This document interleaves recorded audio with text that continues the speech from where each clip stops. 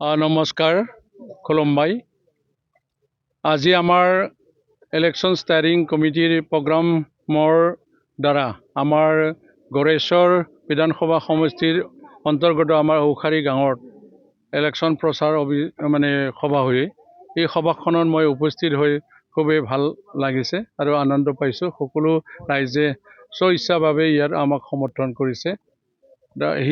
এই অনুষ্ঠানত থাকি মই যিহেতু ৰাইজৰ যিখিনি সঁহাৰি পাইছোঁ এই যিখিনি মই গোটেই শুক্লাই চাৰপাং আৰু নাগৰিজুলি আৰু গড়েশ্বৰ তিনিখন যিটো পৰিষদীয় সমষ্টি এই সমষ্টি এৰিয়াত যিখিনি গাঁও চুবুৰীৰ ৰাইজৰ যিখিনি সমৰ্থন হিচাপে নিশ্চয় আমি জয়লাভ হ'ব পাৰিম বুলি আশা কৰিছোঁ।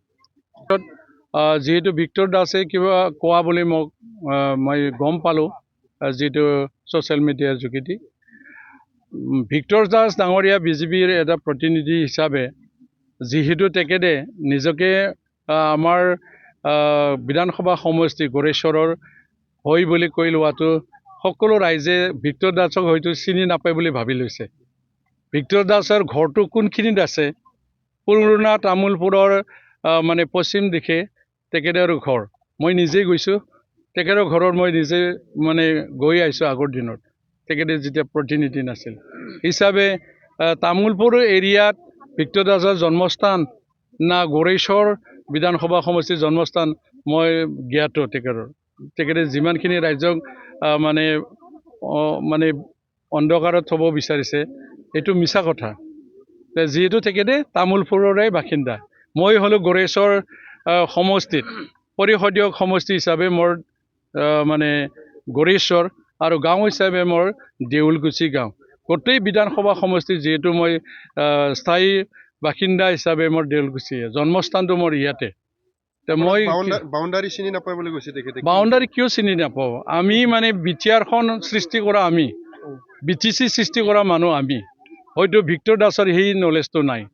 যিটো BTR আমি সৃষ্টি কৰিলোঁ, BTC সৃষ্টি কৰিলোঁ, যিটো চুক্তি আমি কৰিলোঁ, যিটো সময়ত যিহেতু আমি সংগ্ৰাম কৰি আছোঁ, আমি নেতৃত্ব লৈছোঁ হিচাপে গড়েশ্বৰ সমষ্টিটো এটা পৰিষদীয় সমষ্টি, শুক্লাই চাৰপাং সমষ্টিটো এটা পৰিষদীয় সমষ্টি আৰু নাগৰিজুলি সমষ্টিটো পৰিষদীয় সমষ্টি। এই তিনিটা সমষ্টি যোগ হৈ আমাৰ গড়েশ্বৰ বিধানসভা সমষ্টি হৈছে। তাৰে ভিতৰত 2,05,000 ভোটাৰ আছে, 228খন ভোটিং চেণ্টাৰ আছে। জানিবলৈ আৰু কিমান বাকী?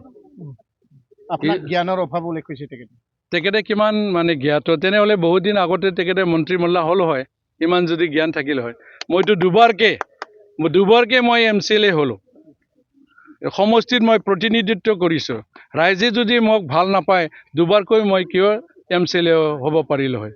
হিচাপে ৰাইজে মোৰ লগত আছে আৰু ভিক্টৰ দাসৰ লগত ৰাইজে আছে না নাই এইবাৰ নিৰ্বাচনতে ইয়াৰ ৰিজাল্টটো ওলাব, ইয়াৰ পৰিচয়টো ওলাব।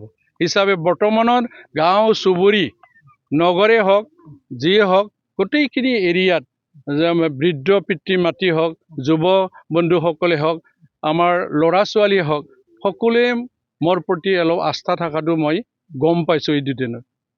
যিহেতু বাকীবিলাকো আৰু ক'বলৈ মই লগা নাই। যিহেতু নিশ্চয় এই আহি থকা দিনত যিখিনি ভোট লৈ মই কমেও 80,000 ভোট লৈ মই জয়লাভ হ'ম।